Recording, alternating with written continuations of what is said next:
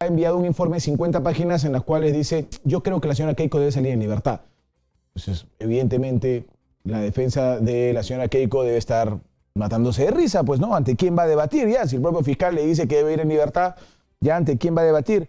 Cuando en primera y en segunda instancia se había ratificado la decisión de que la señora Keiko Fujimori tenga 36 meses de prisión. Estamos con el doctor Jorge Zúñiga, que es abogado penalista, para conversar un poco y entender este tema. Doctor, bienvenido, gracias por estar acá. José, muchísimas gracias por la invitación, encantado siempre de estar presentes, y qué mejor hablando de estos temas tan complejos, porque no hay que perder de vista que la casación es un recurso extraordinario, y que, claro, resulta un poco sospechoso, como tú mencionabas al inicio, el hecho de que Rodríguez Montesa se desiste en todo caso, o por lo menos presente un informe en sentido contrario a lo que establece la fiscal superior y el fiscal provincial, ¿no? En este caso Vela y Pérez. Sí. Ahora, hay una directiva que tiene el Ministerio Público que justamente parte de la premisa de la independencia judicial o la independencia de los fiscales con respecto a sus actuaciones.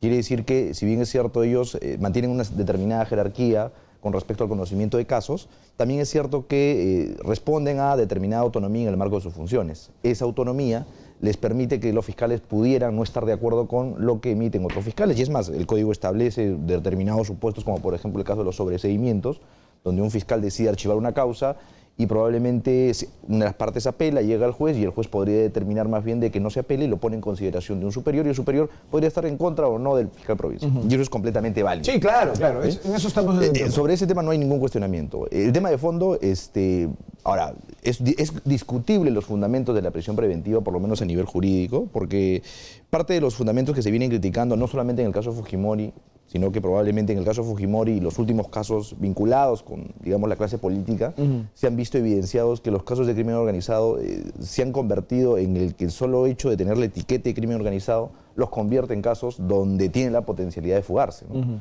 Con lo cual han convertido al Ministerio Público en un arma muy poderosa. Pero no solo de fugarse, ¿no?, sino de obstruir la justicia también. Por supuesto. El otro día lo conversaba con el doctor Fernando Calle, a quien le mando un saludo, y decíamos: oye, acá hay un tema importante, porque todos están partiendo del tema de la posible fuga, que bueno, está como los principios, ¿no es cierto?, para una detención preventiva.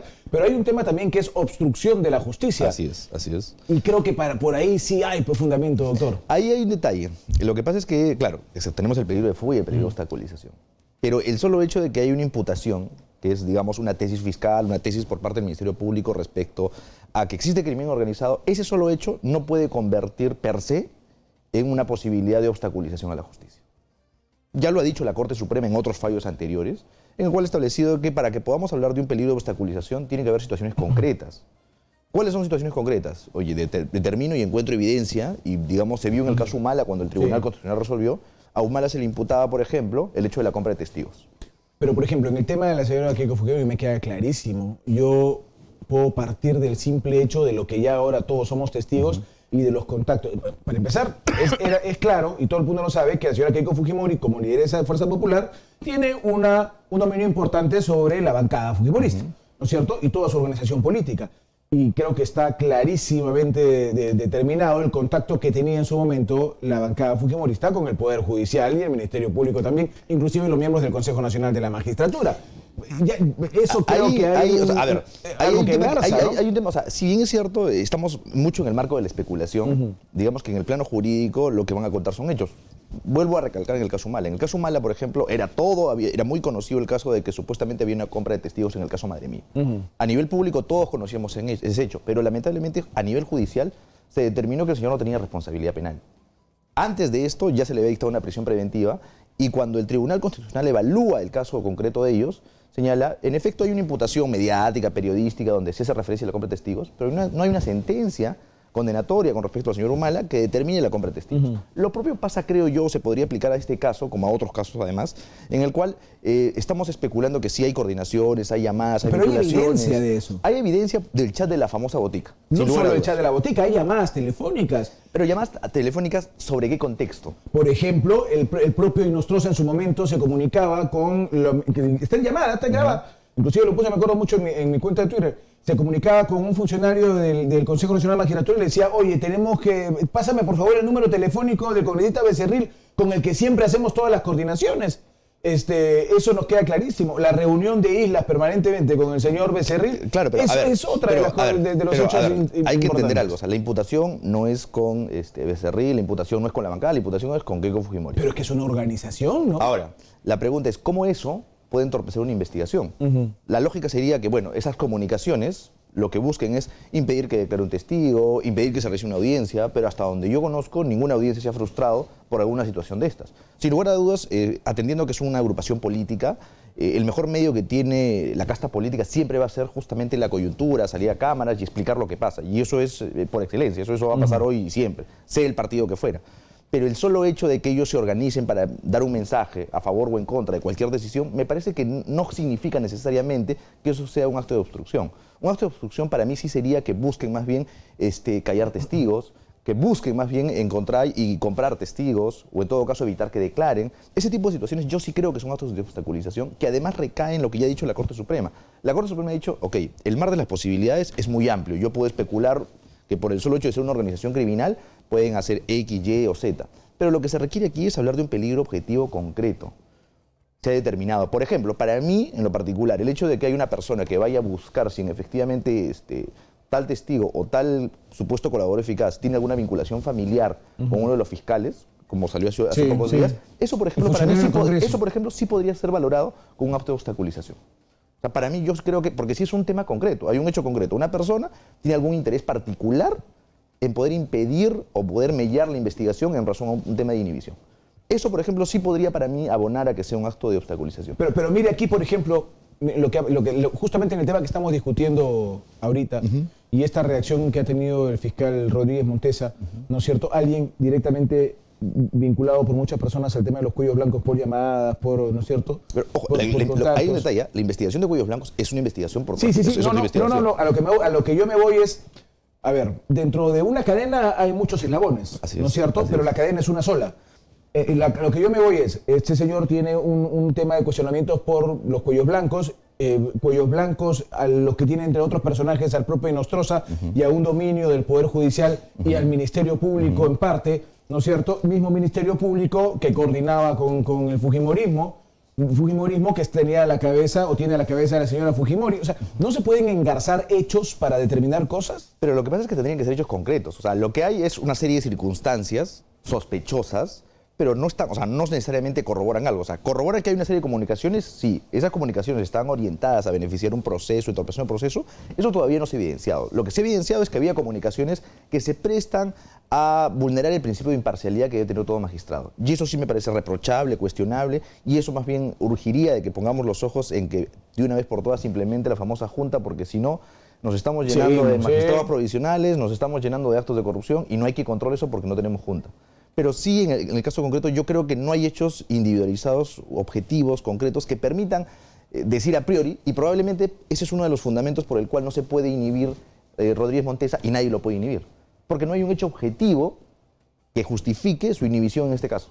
Ahora, si ahí estaríamos partiendo, ahí podríamos hablar estaríamos partiendo del hecho de que se equivocan los fiscales, se equivoca el juez Carguancho, se equivoca la segunda sala, y el único que está es Rodríguez Montesa, en este caso, tiene una decisión diferente. Lo que pasa es que más allá de equivocaciones es un tema de criterios. O sea, en el marco de la Administración de Justicia tenemos jueces sumamente garantistas y tenemos jueces, por decirlo así, carceleros. Entonces, lo que hace la Corte Suprema es decir, bueno, no somos un país dividido en partes, somos un todo. Y sobre ese todo tengo que alinear un criterio jurisprudencial. Entonces, lo que va a determinar, en este caso la Corte Suprema, no solamente es resolver el caso Fujimori, sino que más bien va a establecer parámetros generales para toda la Administración de Justicia. Digamos que va a establecer de un modo alguno una política jurisdiccional respecto a los casos de crimen organizado y lavado de activos con respecto a la prisión preventiva. Y eso es un tema importante porque al final, por un lado, hay corrientes que establecen que hay una serie de arbitrariedades en el marco de este proceso que se ven evidenciadas en casos emblemáticos como de toda la casta política. Antes pasaban completamente desapercibidos porque obviamente pues nadie sabe quién es Pepito Pérez y no es relevante, pero hoy por hoy que está la casta política se ve evidenciado el hecho de que, como te mencionaba, ¿no? El solo hecho que el fiscal crea, te impute que estás en una organización criminal, eso te convierte per se en que seas pasible de una prisión preventiva. Y muchas de estas veces no necesariamente es así, ¿no? O sea, yo siempre hablo de un caso muy sonado que fue el caso de los monos de Quemepampa, donde se habló de un caso de crimen organizado, se detuvieron a cerca de 60 personas y en 20 días se salieron casi más de 40 personas. Sí, porque no tenían ninguna vinculación y al final la condena fue contra 3 o 4 personas. Muchos policías en medio de ese caso. Claro, es más, algunos de esos policías que estuvieron detenidos con prisión preventiva luego han sido condecorados. Solo quedó uno detenido de ese grupo. Entonces, ese tipo de situaciones se generan a partir de la lógica que la fiscalía, por el solo hecho de ser fiscalía, su imputación siempre es correcta, ¿no? Entonces, ahí hay que tengo que irme a un corte, doctor. Acompáñame un par de minutos, por favor, porque acá yo quiero preguntarle algo, y yo lo he repetido 20 veces y se lo voy a preguntar a usted también, es que el Perú no está pasando por una realidad simple y tampoco estamos pasando por un momento usual. Tenemos la corrupción hasta la coronilla y a un país desesperado porque nos han llenado de corruptos y nos han llenado de corrupción que ha venido desde más alto nivel.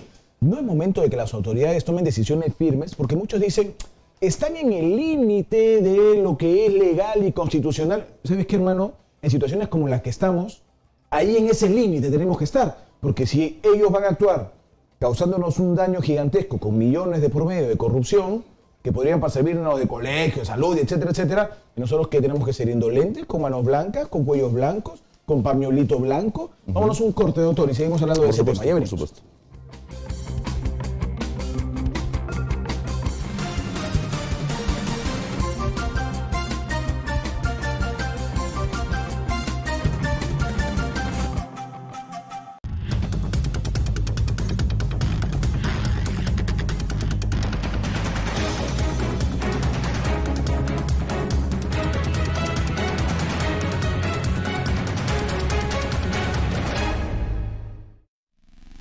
Este domingo a las 9 de la mañana en Auto TV, nuevos protagonistas en la 9ª fecha del Campeonato Mundial de la Fórmula 1. Maverick Viñales vuelve a lo más alto de la MotoGP en Assen. Desde Austria, la 3ª fecha de la Supercopa Porsche. Y Fuso nos presenta las últimas novedades de la marca. Esto y mucho más este domingo a las 9 de la mañana por Auto TV. 38 años a fondo. Tú y el mundo entero podrán conectarse y acceder a lo más completo en música, 70s, 80s, 90s y más. Disfruta de la señal oficial de Z Rock and Pop. Encuéntranos en www.radioz.pe. Z Rock and Pop. Señal oficial online.